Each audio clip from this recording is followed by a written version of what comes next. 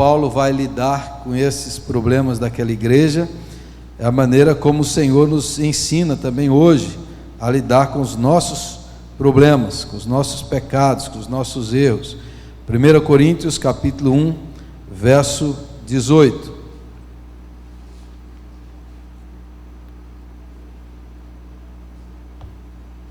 Diz assim: certamente a palavra da cruz é loucura para os que se perdem, mas para nós que somos salvos, poder de Deus. Pois está escrito: destruirei a sabedoria dos sábios e aniquilarei a inteligência dos instruídos. Onde está o sábio? Onde o escriba? Onde o inquiridor deste século? Porventura não tornou Deus louca a sabedoria do mundo? Visto como na sabedoria de Deus o mundo não o conheceu por sua própria sabedoria, aprove a Deus salvar os que creem pela loucura da pregação.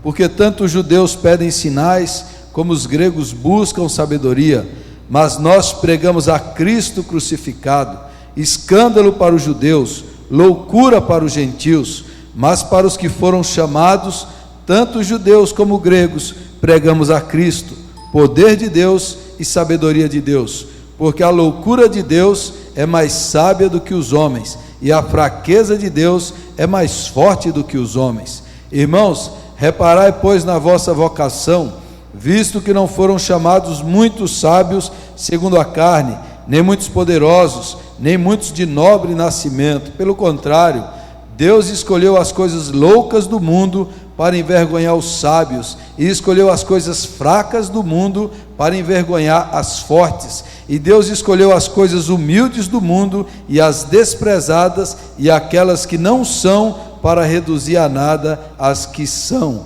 a fim de que ninguém se vanglorie na presença de Deus. Amém. O apóstolo Paulo fundou a igreja de Corinto, foi o plantador daquela igreja. Depois de alguns anos lá, talvez 2 ou 3 anos lá, ele foi embora, e 5 anos depois ele recebeu uma carta de alguns irmãos. Os irmãos foram lá e levou para ele a situação da igreja. A igreja estava com muitos problemas, e o primeiro que Paulo aponta aqui são as divisões, e o problema talvez chave da igreja é esse, que daí vão vir os outros problemas a partir disso. A igreja está dividida em 4 grupos, um grupo que acha que é discípulo do apóstolo Paulo, que fundou a igreja. Depois um grupo que é o outro pastor de Corinto, quando Paulo saiu, foi Apolo. Alguns dizem eu sou de Paulo, eu sou de Apolo. Outros dizem eu sou de Pedro, lá de Jerusalém. E outros dizem eu sou de Cristo, no sentido que eu não preciso de homem nenhum, eu estou acima dos outros. Eram 4 partidos, 4 facções. E a partir desse problema, que é um reflexo da cidade de Corinto, que Corinto era formada por escolas de filosofia, de pensadores, e cada um seguia um grupo, e havia no meio da cidade de Corinto aqueles que eram fãs dos oradores, dos pregadores sofistas, dos filósofos que vinham e eles aplaudiam aquele grupo, e esse pessoal se converteu, está na igreja de Corinto, mas ainda está com a mesma mentalidade, a mesma atitude de quando eles ainda não eram convertidos. E para resolver esse problema, Paulo vai mostrar para eles, do capítulo 1 até o capítulo 4, é o mesmo assunto. Se você ler esses 4 capítulos, ele está falando do mesmo assunto, que é o problema das divisões. Paulo vai mostrar, olha, existe um modus operandi de Deus e o modus operandi do mundo. O modo de Deus é bem diferente do resto.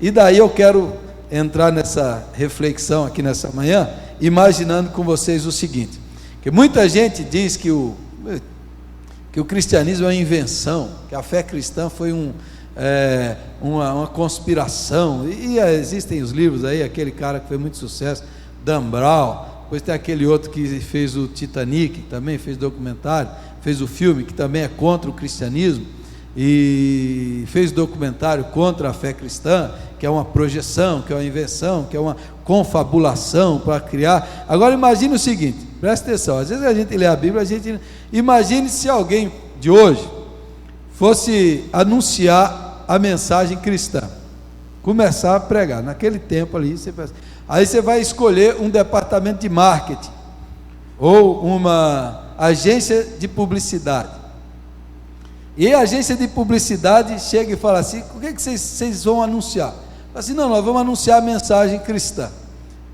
Vamos anunciar. Aí o marketing, a publicidade, que hoje as mentes mais brilhantes do mundo hoje estão na publicidade, no marketing. As mentes mais sensacionais do mundo hoje, se você quiser entender uma época, uma geração, você preste atenção nas propagandas da televisão, ali você entende bem. E quanto mais um pessoal investe em propaganda, é porque pior é o seu produto, né? Haja vista a Coca-Cola, por exemplo, né? É só você ver, por que eles gastam tanto em propaganda? É pelo mal que eles fazem. A Coca-Cola é o McDonald's, por exemplo.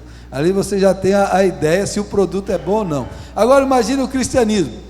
Imagine alguém chega assim e fala assim: nós vamos anunciar. Aí os caras do marketing falam, da agência de publicidade: qual é a mensagem de vocês?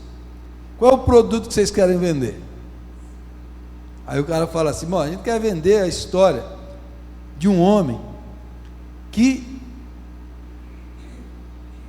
foi julgado e foi condenado como criminoso. Imagina o primeiro século, que é Roma, Grécia, cultura greco-romana. Eles idolatram o poder e o sucesso, como hoje também. Então, quem vocês vão anunciar? Não, nossa mensagem é que o Salvador do mundo foi julgado e condenado como um criminoso. E o que aconteceu com ele? Ele recebeu a pior pena que poderia existir. Pior pena. Só os criminosos piores que eram crucificados. Cidadão romano nenhum podia ser crucificado. Ninguém que recebesse a cidadania romana era crucificado, porque cidadão romano, a dignidade de ser romano não permitia que ele fosse crucificado. É o pior tipo de morte. Só a ralé, só os piores criminosos é que morriam crucificados. Hoje a gente usa até cruz no pescoço, né? Imagine no tempo, por exemplo, até o 3º século. Aí o John Stott, no livro dele, diz lá: precisou passar a geração que viu a morte de cruz. Só depois daquela geração é que a cruz começou a ser símbolo, porque era uma coisa assustadora, era um negócio inimaginável. Você chega numa cidade como Corinto e fala assim: o seu Deus, a sua mensagem é de um homem que morreu crucificado? Você está louco? Uma das primeiras gravuras que existem sobre os cristãos, eu já mostrei aqui essa gravura, um desenho dela, foi encontrado no lugar lá na Roma antiga. Mostra um cristão chamado Anaximenos, e mostra uma cruz, mostra um homem crucificado com cabeça de burro. Aí diz assim: Anaximenos adora o seu Deus. Como o não cristão via o cristão? O cristão é um louco que adora um burro, porque como é que ele adora um Deus que morreu crucificado? O cara da publicidade vai falar assim: a mensagem de vocês não vai vingar, cara. Essa mensagem ninguém vai crer no negócio. Você está louco. Aí ele fala assim: quem vão ser os garotos propaganda? Você precisa chamar gente que passe uma imagem de sucesso, de ser bem sucedido. Vamos pegar um milionário, vamos pegar um esportista famoso, ou vamos pegar alguém de uma família famosa para vender essa mensagem, porque a mensagem é fraca, a mensagem é fracasso total. Um Deus crucificado, criminoso, morto numa cruz, você está de brincadeira. Ninguém vai acreditar num negócio desse. Aí o pai ou os apóstolos, não, os garotos propaganda são a ralé. Deus vai chamar as coisas loucas, fracas, os escravos, a classe baixa. Esses vão ser os primeiros cristãos. Vão ser a gente braçal, iletrada, inculta. Esses são os garotos propaganda da mensagem de um criminoso crucificado? Aí a agência de propaganda fala: vocês estão de brincadeira. Você está de brincadeira. Aí os caras falam assim, e o arauto de vocês, o proclamador da mensagem, quem vai ser? Bom, ele pode até ser sábio, mas na hora de pregar ele tem que ser simples. Capítulo 2 de 1 Coríntios, o que eu estou falando está no texto, eu estou falando a sequência. 1 Coríntios capítulo 2, ele pode até ser um cara culto, mas na hora de pregar, ele tem que falar de maneira simples, ele não pode usar a linguagem persuasiva de sabedoria, sofisticação, ele tem que ser simples e básico na mensagem, ele tem que se ater na mensagem, ele não pode ser sofisticado. 1 Coríntios 2, é só você ler aí, o que eu vou falar está nos 4 capítulos aí, você pode ler na sua casa, você leia. Então o arauto vai pregar só isso, ele não pode sofisticar, ele não pode inventar, ele não pode florear, ele não pode usar um recurso de oratória sofisticado, como os oradores gregos, não, ele tem que se esvaziar, como fez o apóstolo Paulo. Quando eu estive entre vocês, eu não quis saber de nada, eu me abstive de usar a linguagem persuasiva de sabedoria, para que a fé de vocês não repousasse na minha capacidade humana de argumentação, nada disso, eu quis pregar apenas a mensagem de Cristo crucificado. Aí os caras da agência de publicidade vão falar assim, espera aí, vamos recapitular o negócio, vamos recapitular essa conspiração cristã. Vocês vão pregar um Deus que foi crucificado numa cruz como um criminoso romano.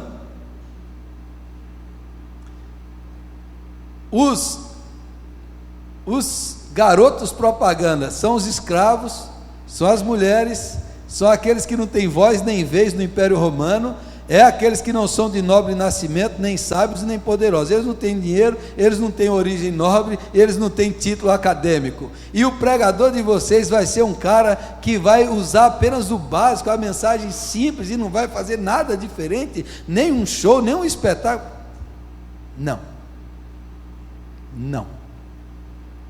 é o que Paulo está dizendo aqui para nós, irmãos, não.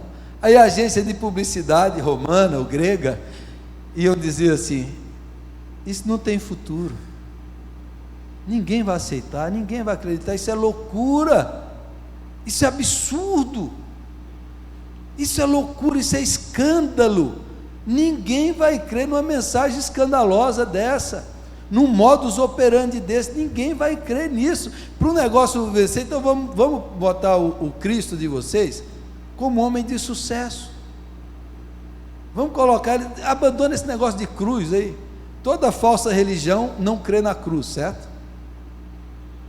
Crê que Jesus, mas a cruz não, toda falsa religião, Jesus não morreu na cruz, Testemunha de Jeová não acredita na cruz, muçulmano não acredita na cruz, espiritismo não acredita na cruz, fala que Cristo foi um modelo, mas a cruz o cara passa fora, o diabo foge da cruz, entendeu? O diabo foge da cruz. Então aí o cara vai falar assim, não, tira esse negócio de cruz, a cruz é um símbolo de morte, cara, é uma coisa feia, é um negócio horrendo, você vê alguém crucificado, é um negócio absurdo, tira isso, ninguém vai querer essa mensagem. Depois, vamos contratar um pessoal aí, especialista na técnica, passar uma imagem de sucesso, de bem-sucedido, de riqueza, de nobre nascimento, nobres, vamos pegar nós, e aí vamos fazer o pregador tem que ser uma estrela, o pregador da mensagem, ele tem que fazer um show, ele tem que ser um cara especial, ele tem que fazer uma entrada dele triunfal assim, ele tem que ser tipo Silvio Santos, ele tem que ser um animador de auditório, ele tem que ser um cara especial, assim a mensagem vai passar. Agora vem Paulo e diz, olha, o modus operandi de Deus é contrário à sabedoria desse mundo, porque a mensagem do Evangelho é verdadeira, porque ela é, humanamente falando, inverossímil, ninguém podia inventar o negócio, isso aqui, irmãos, estava fadado ao fracasso. A fé cristã, a mensagem nos seus primórdios, era um negócio de uma loucura ímpar. O Império Romano, que era fanático na força, no poder, idolatrava o poder, a Grécia que idolatrava a sabedoria, a especulação, a oratória, os recursos de retórica, a pompa humana, a soberba humana, a glória humana. Vem o apóstolo Paulo e diz, a sabedoria de Deus é o contrário de tudo isso. Os gregos buscam sabedoria, os romanos buscam poder, os judeus buscam isso, mas nós cremos no Cristo crucificado.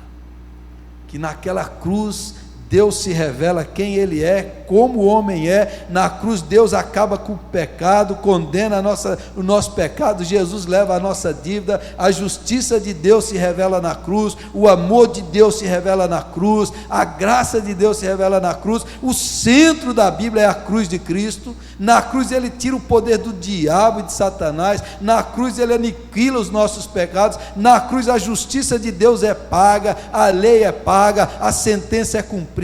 Na cruz Deus revela-se a si mesmo, na cruz a justiça e a misericórdia se encontram, e a misericórdia triunfa sobre a justiça, e a justiça é cumprida na cruz de Cristo, e a graça prevalece sobre nós. Na cruz de Cristo está toda a sabedoria de Deus.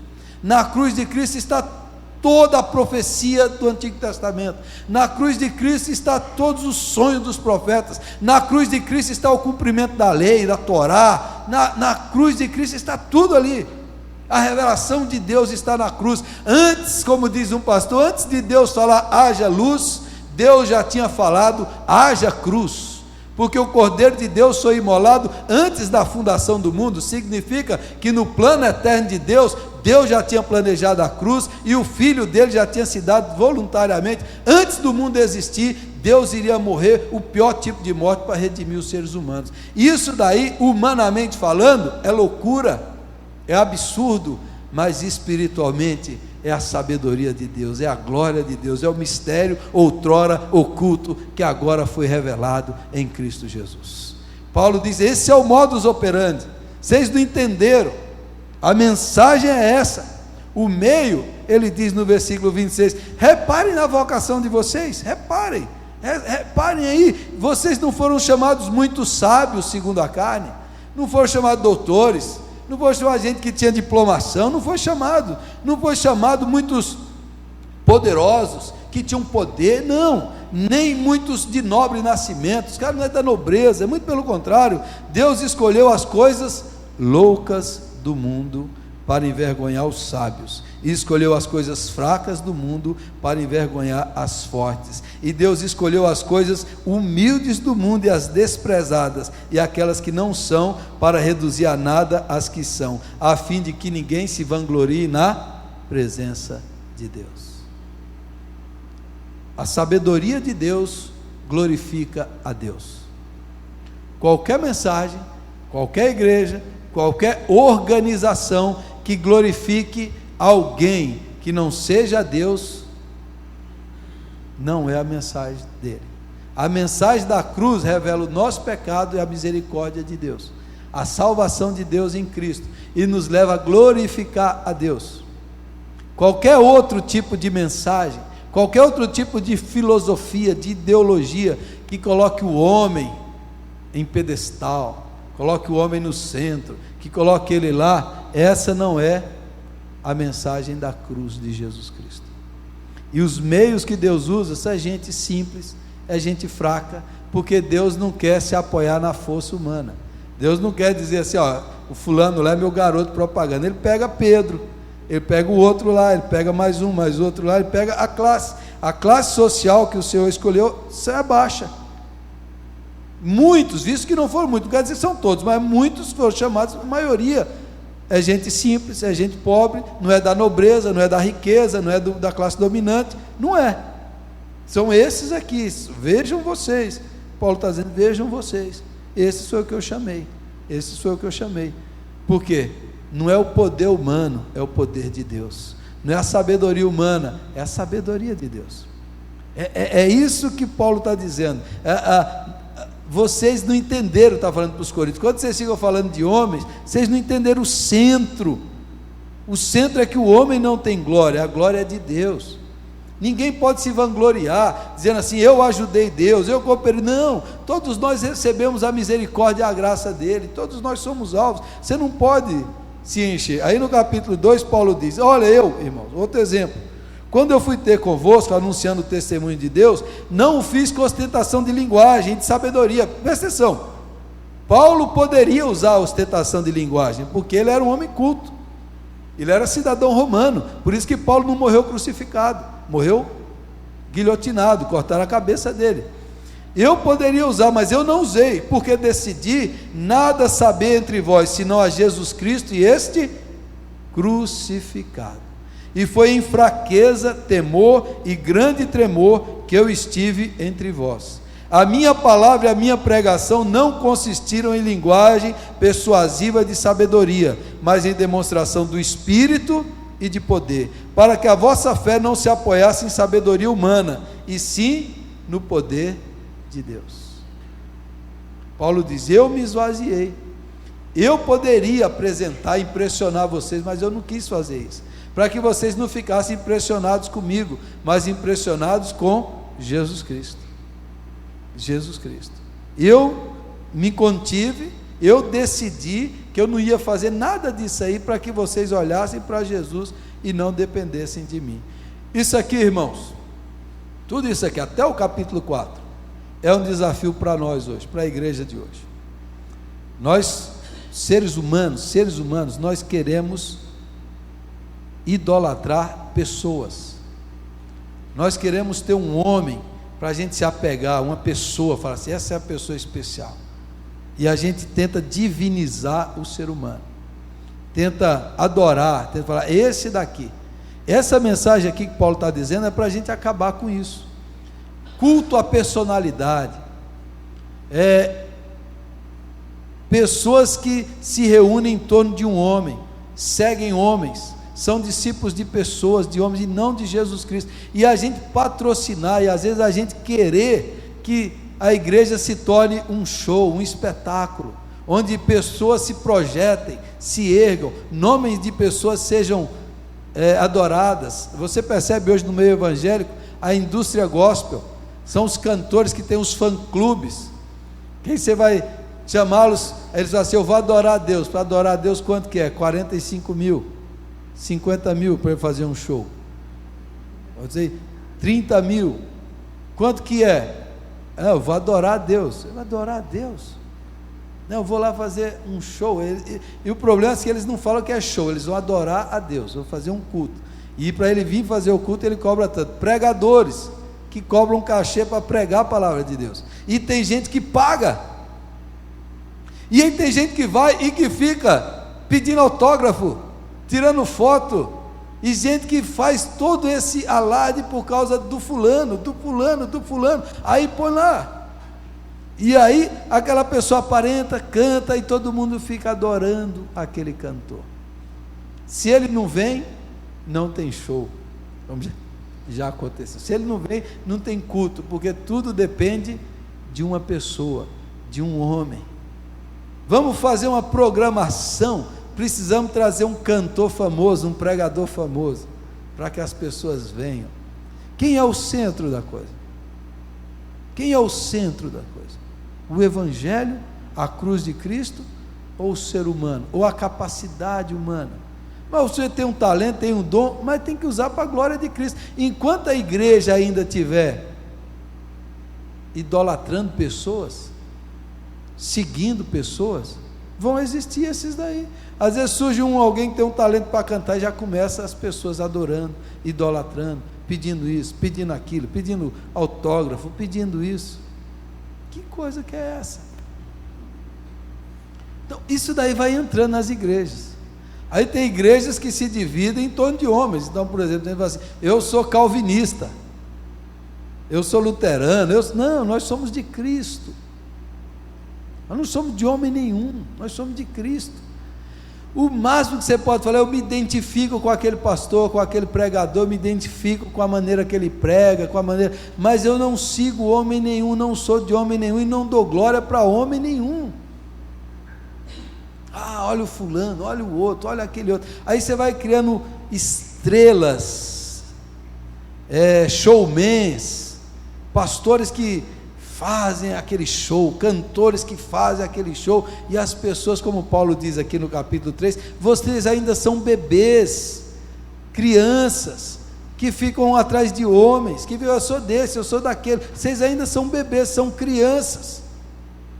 Agora imagine um culto, né? O que você vai lá adorar? O Cristo vivo, crucificado, que ressuscitou, que é o meu Salvador, é o meu Senhor, é Ele que eu sigo, Ele que eu obedeço. não é atrás de homens, irmãos. Em nome de Jesus, a igreja precisa ser purificada, a gente precisa ser purificado disso, e ficar lá, a mensagem simples e direta do Evangelho, e crer naquilo e obedecer. Essa é a mensagem, essa é a palavra, esse é o centro. É por isso que nós somos salvos, não por homem nenhum. Há tanta história horrível de idolatria de homens, de culto a personalidades, de igrejas baseadas em tanta coisa horrível, e aí depois que o homem acabou, passou. Nos Estados Unidos, isso talvez vai acontecer no Brasil. Tinha um pastor famoso chamado Robert Schuller, Bob Schuller, muitos livros dele escritos aí. Bob Schuller criou uma grande igreja, ele era muito carismático, era um homem muito brilhante, mas não era centralizado na cruz de Cristo. Ele trabalhava muito com o pensamento positivo e o pensamento das possibilidades, misturado com a palavra de Deus, e construiu lá na Califórnia a Catedral de Cristal, mega, virou ponto turístico nos Estados Unidos, a catedral dele, toda de vidro, assim, uma coisa linda, linda, linda, linda. Quando Bob Schuller morreu, não tinha um homem com o seu carisma, o filho dele não tinha o carisma dele, a igreja foi se esvaziando, amontoou dívidas. O que aconteceu? Aquela igreja evangélica foi vendida para uma igreja católica. A Catedral de Cristal hoje é uma paróquia católica, porque foi fundada em torno de um carisma de um homem. De um homem. Em nome de Jesus, irmãos, quando você for na igreja, vier na igreja, você nunca pergunte assim: quem é que vai pregar? Quem é o pastor? Você fala, quem é o cantor? Não caia num negócio desse. Você vem na igreja, você vai adorar o nome do Senhor, ouvir a palavra de Deus sendo lida e explicada, e adorar a Deus com um coração puro e sincero. Não entre nesses negócios, tem um cantor, tem um fulano, tem aquele outro, tem aquele.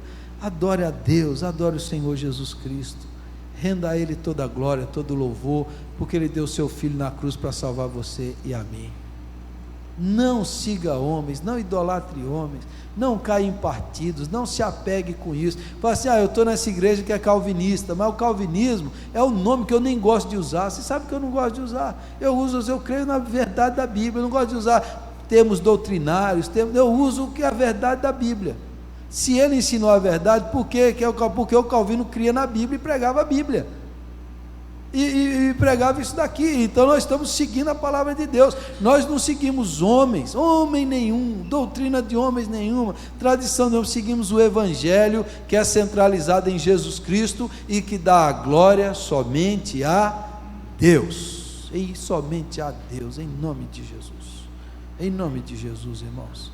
Eu já vi aglomerações, já fui em convenções, encontros, vai vir o pastorzão lá, aí o povo está esperando, ele está chegando, aí o povo aplaude, grita o nome dele. Que idolatria, que idolatria. Não temos mais as imagens, mas temos aí as personalidades que são idolatradas, os cantores isso, cantores aquilo, ministério disso, ministério daquilo. Que Deus nos livre disso em nome de Jesus. Há prêmios no meio evangélico, há prêmios de melhor adorador.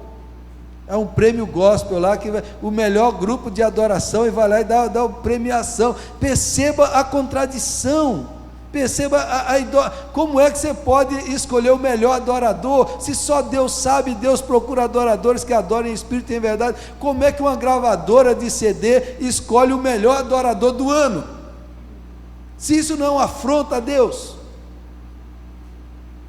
Você entendeu? É assim que nós estamos. E aí o meio presbiteriano, ele cai na idolatria dos títulos. Você vai convidar o fulano, você vê aquela página lá, o cara é PhD, é doutorado, é mestrado, tem título nisso, aí o outro, ele é o mestre, ele é o PhD, ele é isso, ele é aquilo outro, ele é aquilo outro. Uma vez eu fui no encontro assim, que o cara tinha uns 300 títulos. Ele chegou lá, eu acho que ele fez de propósito, criaram tanta propaganda dele, ele leu um texto, fez uma pregaçãozinha fraca de 10 minutos, fraca, e acabou a pregação dele. Todo mundo saiu decepcionado. Eu falei: louvado seja Deus, para a gente se decepcionar com as pessoas, não colocar nossa expectativa no homem, mas adorar a Jesus Cristo com todo o nosso coração. Amém, irmãos? Tem que acabar com esse negócio. O meio pentecostal, então, o que tem disso aí não é brincadeira. O que tem de pregadores contratados, famosos, de estrela, aqueles cartazes, põe eles lá parecendo estrela de rock. Aí vai lá, o pastor, todo mundo idolatrando. Pecado, idolatria. O centro é a cruz de Jesus Cristo, e a glória é de Deus. A minha glória não dividirei, não darei a outrem, diz o Senhor. A glória é do Senhor.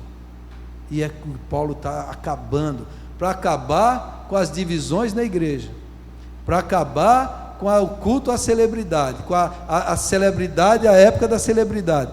Paulo, para acabar com essa doença, você precisa da dieta da cruz de Cristo, que acaba com o orgulho humano, glorifica a Deus e salva o pecador. É a cruz de Jesus Cristo. Amém? Que na igreja não tenha celebridades, irmãos. Celebridade.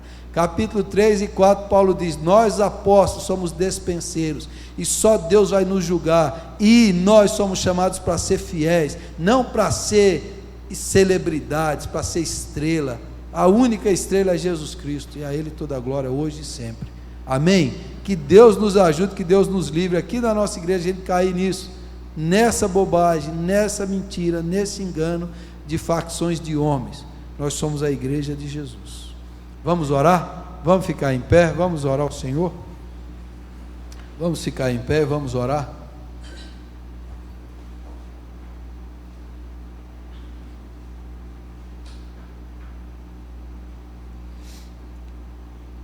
Nosso Deus e Pai, nós pedimos perdão pelo nosso coração idólatra, que busca exaltar homens, que busca exaltar pessoas, talentos de pessoas, e esquecemos do centro da mensagem, que é a cruz de Cristo Jesus. Pai, perdoa-nos, ó Deus, perdoa por vivermos numa época de celebridades, e vivemos querendo que a igreja seja igreja de celebridades, de pessoas famosas, de títulos, de cargos, de pompas, de riqueza. Livra-nos disso, ó Deus, e leva-nos à cruz de Jesus Cristo, e crucifica o nosso ego, crucifica o nosso orgulho, crucifica a nossa soberba, leva-nos à dependência total de Cristo, e a glória somente a Deus. Que a glória seja dada a Ti, Senhor, em nome de Jesus. Que a nossa vida seja uma vida simples e consagrada ao Senhor. Livra-nos, ó Deus, das tentações e dos brilhos desse mundo, que apenas o brilho da glória de Deus nos fascine e nos atraia. Livra-nos, ó Deus, de sermos seguidores de homens, facciosos, religiosos, partidos humanos. Livra-nos disso, ó Deus, e revela-nos a essência do Evangelho, que é Cristo crucificado. Agora já não sou eu que vive, mas Cristo vive em mim, e a vida que agora vivo pela fé no Filho de Deus. Que essa seja a nossa verdade, ó Pai. Já estou crucificado com Cristo. Que a nossa natureza carnal, orgulhosa, seja crucificada com Cristo, e que a nossa vida seja para a glória de Deus. Abençoe a nossa igreja, abençoe-nos, ó Deus, para sermos assim sempre, sempre e sempre e sempre. Que a nossa motivação não seja outra, senão a cruz de Jesus Cristo. Aleluia. Que esse seja o centro da igreja, e o centro, ó Deus, da nossa fé. Eu oro e te agradeço por isso, pelo nosso Salvador, pelo nosso Senhor Jesus Cristo. Amém e amém. Amém. Vamos cantar um hino.